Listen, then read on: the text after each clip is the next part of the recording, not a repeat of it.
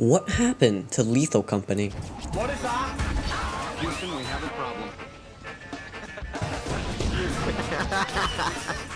I mean, I could remember everyone talking about it. It was even featured on the hit show Cory in the House. So where did it go? Well, I have some ideas on why the graph of Lethal Company's player base looks like that. Part 1. Replayability. Now, replayability is the ability of a game to be played more than once. A good example of that would be Minecraft. Just think about it. When you beat the Ender Dragon, that's technically the story. You're done. You can go outside and touch some grass, eat some food, watch the newest episode of Cory in the House.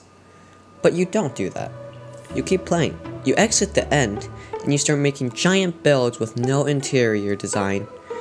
You make machines that are questionable, and you become God and decimate the wildlife and the natives to exploit every single thing you can in the Minecraft world. Lethal Company, on the other hand, is very different. It has low replayability.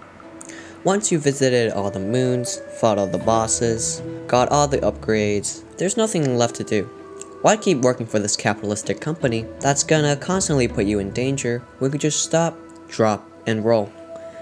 The lack of new content and incentives drive most players away, which, unlike Minecraft, gives you endless activities so you can keep coming back and doing new things. Part 2. Reliance. Lethal Company has a heavy reliance on other people. It's a multiplayer game, obviously. The game is usually played with 3 to 4 people, and while you can just play with one person on single player, it just feels like another horror platformer. And why would you play another horror platformer when you could be playing Cory in the House for the Nintendo DS? Most people end up not having enough players to enjoy the game because they have no friends.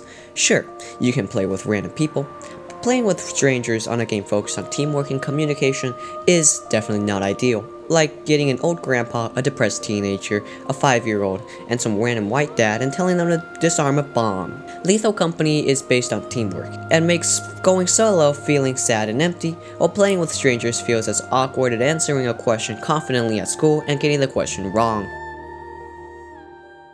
Part 3. Community. What do I mean by community?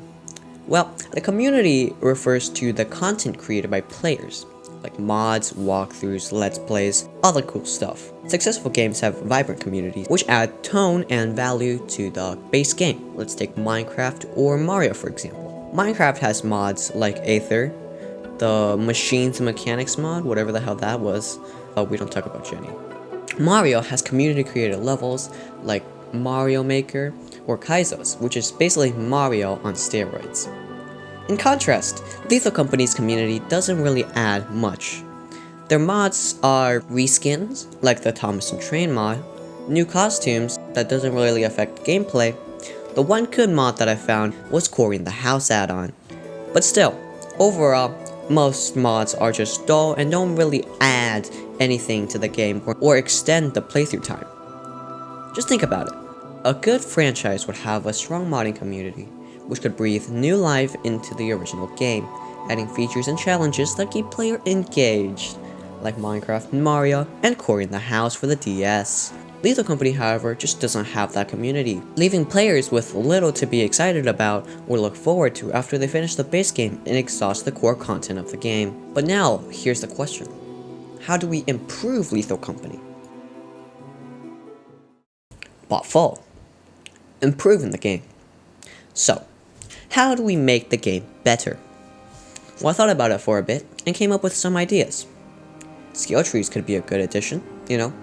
Imagine skills that make parkour easier, like making you jump higher or faster, or allowing you to take more damage, carry more stuff, or even some sort of abilities that you can unlock at the end of skill trees.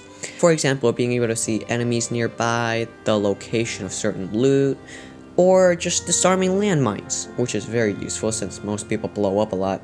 Skill trees would add depth to the game and add replayability because players will want to try out different abilities and skills combined together to see which one's better. Lethal Company could also add some side quests or challenges. For example, rescuing a stuck employee that's dead, meeting the quota on one moon, or downloading the newest episode of Cory in the House to watch.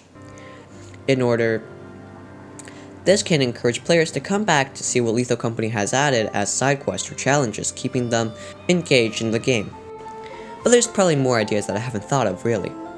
So, if you have any ideas, you should put them in the comments. And that's the end of the video. Subscribe and go watch Cory in the House.